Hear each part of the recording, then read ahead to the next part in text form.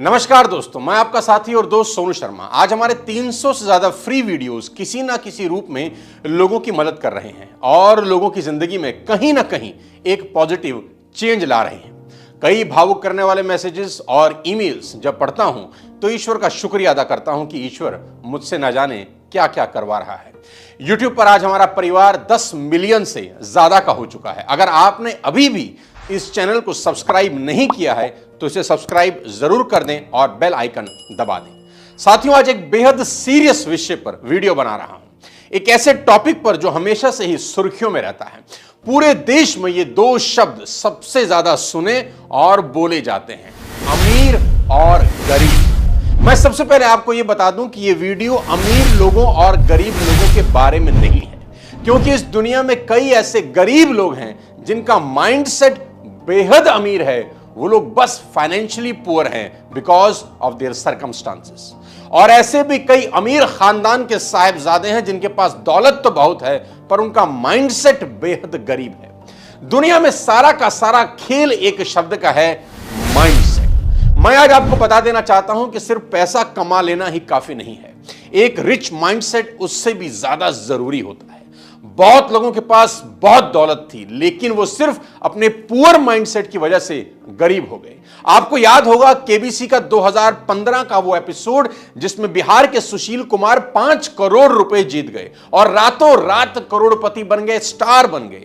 लेकिन अगले कुछ सालों में उनकी हालत फिर से वही हो जाती है, या शायद उससे भी ज्यादा खराब। वो बैंकरप्ट हो जाते हैं, इवन अपनी बीवी को तलाक देने तक की नौबत आ जाती है। आज की वीडियो में यह समझना बेहद जरूरी है कि सिर्फ पैसे होने से आप अमीर कभी नहीं होते। आपको रिच माइंडसेट की सबसे ज्यादा जरूरत होती है। आपका माइंडसेट सच में सबसे बड़ा रोल प्ले करता है। रिच माइंडसेट और पुअर माइंडसेट के आज 7 उन टॉपिक्स पर आपसे बात करना चाहता हूं जो किसी अमीर को और अमीर और गरीब को और गरीब बना देते हैं। सबसे पहला कारण जो एक अमीर को अमीर और गरीब को गरीब बना देता है वो है कंटिन्यूअस लर्निंग। मैं रिपीट करता हूं, कंटिन्यूअस लर्निंग। रिच माइंडसेट के लोग लगातार सीखने में विश्वास करते हैं बिकॉज दे अंडरस्टैंड कि वो सब कुछ नहीं जानते पर सबसे कुछ ना कुछ जाना जा सकता है। मैंने अभी अभी बिल गेट्स को रिसेंटली एक बुक पढ़ते हुए देखा है। क्या आप कल्पना कर सकते हैं कि 10,000 करोड़ यूएस डॉलर की नेट वाला एक इंसान को अभी भी लगता है कि बहुत कुछ सीखना बाकी है? और जिस इंसान की बिल गेट्स किताब पढ़ रहे हैं, क्या वो उनसे ज्यादा अमीर होगा? तो जवाब है नहीं। अपने से कम पैसे वाले लोगों से भी आप कुछ ना कुछ जिंदगी में सीख सकते हैं। साथियों, ये अमीर माइंडसेट के लोगों की फिलॉसफी है कि उनका पूरा जीवन सीखने में निकल जाता है। और poor mindset people believe that they know everything. Poor mindset के लोगों को यह लगता है कि वो सब जानते हैं और बाकी लोगों को सुने बिना ही बता देंगे कि वो गलत है। इन लोगों को ना इनसे कामयाब लोग सिखा सकते हैं और कम कामयाब लोग तो बिल्कुल भी नहीं। दूसरी बात मैं आपको बता दूं जो पुअर माइंडसेट और रिच माइंडसेट के लोगों को जुदा करती है, और वो है सक्सेस ऑफ अदर्स। जी हां, बहुत इंपॉर्टेंट बात मैं आपसे बताने वाला हूं, success of others. Rich mindset के लोग दूसरों की सफलता पर जश्न मनाते हैं और अक्सर कंपटीशन के लोगों से भी उनकी बेहद तगड़ी दोस्ती होती है। वो जानते हैं कि एक हेल्दी कंपटीशन से ही सबकी प्रोडक्टिविटी बढ़ती है। मैदान के अंदर ब्रायन लारा और Sachin Tendulkar was rivals when they used to play, पर मैदान के बाहर दोनों की क्या शानदार दोस्ती है।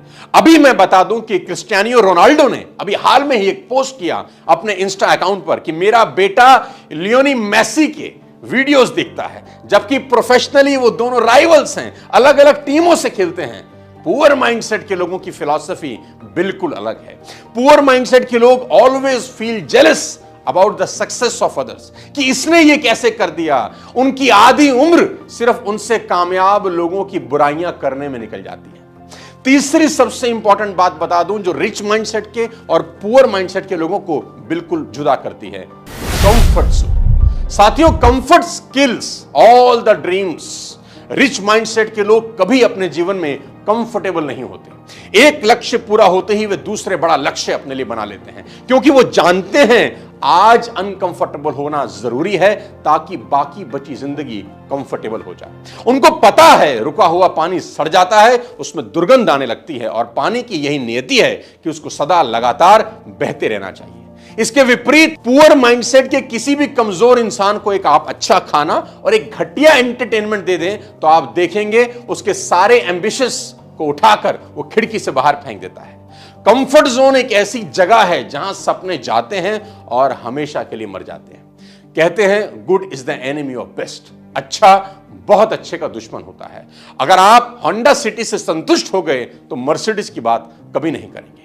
दोस्तों, कंफर्ट एक ऐसी ड्रग है कि एक बार आप यूज्ड टू हुए, ये हमेशा के लिए आपके लिए एडिक्शन बन जाता है। बात अगर गरीब और अमीर माइंडसेट की चल रही है तो यहां एक किताब जरूर पढ़ें। आपका माइंडसेट पुअर से रिच की तरफ ले जाने में यह मील का पत्थर साबित हो सकती है, और मैं जानता हूं कि हर सफल व्यक्ति ने वो किताब कभी ना कभी अपने जीवन में जरूर पढ़ी है। रॉबर्ट कियोसाकी की रिच डैड पुअर डैड। इसे आप कुकू एफएम पर सुन सकते हैं। कुकू एफएम इंडिया का लीडिंग ऑडियो शो प्लेटफॉर्म है। साथियों, इसका सब्सक्रिप्शन 399 का है, पर मेरा कोड सोनू50 यूज करके आप इसको 199 में ले सकते हैं।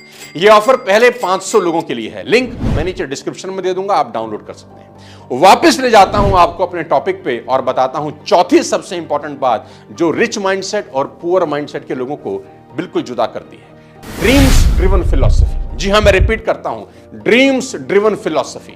रिच माइंडसेट के लोग ड्रीम्स ड्रिवन होते हैं। वो लगातार अपने सपनों का पीछा करते रहते हैं। मैं अक्सर लोगों से पूछता हूं कि दौलत कमाने की उनकी इच्छा है या इरादा। सुनने में दोनों शब्द एक जैसे लगते हैं। मैं अक्सर लोगों से पूछता हूं कि दौलत कमाने की उनकी इच्छा है या इरादा। सुनने में साथियों दोनों शब्द एक जैसे लगते हैं, पर दोनों में जमीन और आसमान का फर्क है। क्योंकि जब वक्त आपके हिसाब से नहीं होता, जब लाइफ में चैलेंजेस आते हैं तो इच्छाएं मर जाती हैं, इरादे और मजबूत हो जाते हैं। लेकिन पुअर माइंडसेट के लोग सिचुएशंस ड्रिवन होते हैं, ड्रीम्स ड्रिवन नहीं। जब सिचुएशंस इनके हिसाब से होती हैं तो कड़ी मेहनत करते हैं, सपने देखते हैं, बड़ी बड़ी बातें करते हैं, लेकिन जैसे ही जिंदगी ने कोई चुनौती पेश करी, जैसे ही कोई सेटबैक लगा, जैसे ही जरा सी हवा गर्म हुई, जैसे ही जरा सा मौसम बदला, ये भी तुरंत बदल जाते हैं और वापस वहीं लौट जाते हैं जहां से सफर शुरू किया होता है। इनके सपनों को मारने के लिए सिर्फ एक छोटी सी हार ही काफी होती है। बात करता हूं पांचवें सिद्धांत की जो रिच माइंडसेट के लोगों को और पुअर माइंडसेट के लोगों को बिल्कुल भिन्न करती है। साथियों, एक शब्द है big achievements need big time. एक शब्द है big achievements need big time. और दोनों लोगों की फिलॉसफी, रिच माइंडसेट के लोगों की और पुअर माइंडसेट के लोगों की फिलॉसफी इस टॉपिक पे बिल्कुल जुदा है। पुअर माइंडसेट के लोगों को तुरंत सफलता चाहिए होती है। उनके लिए जिंदगी मैगी की तरह 2 मिनट में तैयार होनी चाहिए। वो बात अलग है कि मैगी भी 2 मिनट में तैयार नहीं होती। अगर ऐसा नहीं होता तो वो क्विट कर देते हैं। उनको सब कुछ तुरंत चाहिए। वो समय नहीं देना चाहते। उनका बस चले तो वो अपने बच्चे के लिए भी शायद 9 महीने का वेट करना पसंद नहीं करते। On the other hand, rich mindset के लोगों को एक बात अच्छे से पता होती है कि ताजमहल बनाना है तो 20 साल देने होंगे। They believe that big achievements need big time. यहां पर एक कहानी आपको सुनाना चाहता हूं। एक महिला ने न्यूयॉर्क में पाब्लो पिकासो से मुलाकात करी। पाब्लो पिकासो जो दुनिया के महानतम पेंटर रहे, जैसे ही पाब्लो से वो मिली, वो उनकी बहुत बड़ी फैन थी। उन्होंने पाब्लो को ग्रीट किया, गुड मॉर्निंग बोला और कहा कि सर मैं आपकी बहुत बड़ी फैन हूं, क्या आप मेरे लिए कुछ चित्रकारी कर सकते हैं, क्या मेरे लिए आप कुछ ड्रॉ कर सकते हैं। तो पाब्लो ने कहा व्हाई नॉट। तो वो लेडी भाग के गई, कहीं से एक पेपर और एक पेंसिल ला के दिया। तो पाब्लो पिकासो ने अगले 30 सेकंड में उस लेडी के लिए कुछ स्केच ड्रॉ किया और देखते ही देखते उसने हूबहू उस लेडी की तस्वीर उस कागज के ऊपर ड्रॉ कर दी और उसको एज अ गिफ्ट उस लेडी को वापस किया और उसको कहा कि मैम ये कम से कम 50 लाख रुपए की है। और उस औरत को विश्वास नहीं हुआ कि कैसे कोई आदमी 30 सेकंड में 50 लाख की पेंटिंग ड्रॉ कर सकता है। वो गई एक ऐसी शॉप पर जहां एंटीक सामान बेचा और खरीदा जाता था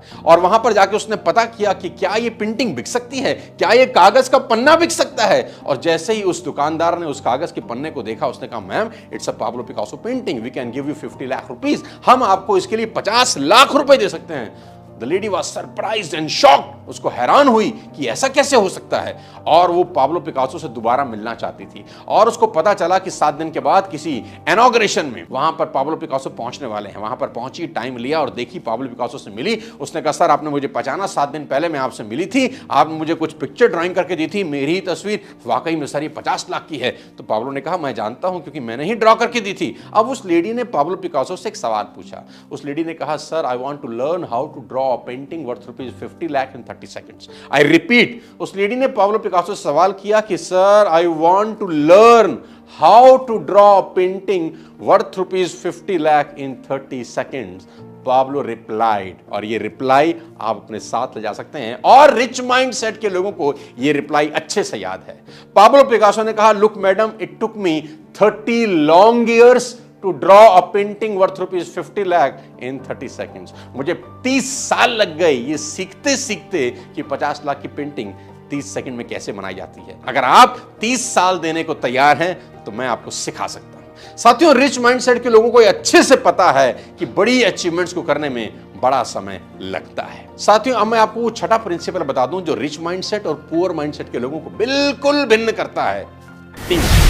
ध्यान से सुनिए, टीम वर्क। जी हां, rich mindset understand that they can not do everything, they need a team. उनको पता होता है कि वो सब कुछ खुद नहीं कर सकते, उनको एक टीम की जरूरत है। Where together everyone achieve more.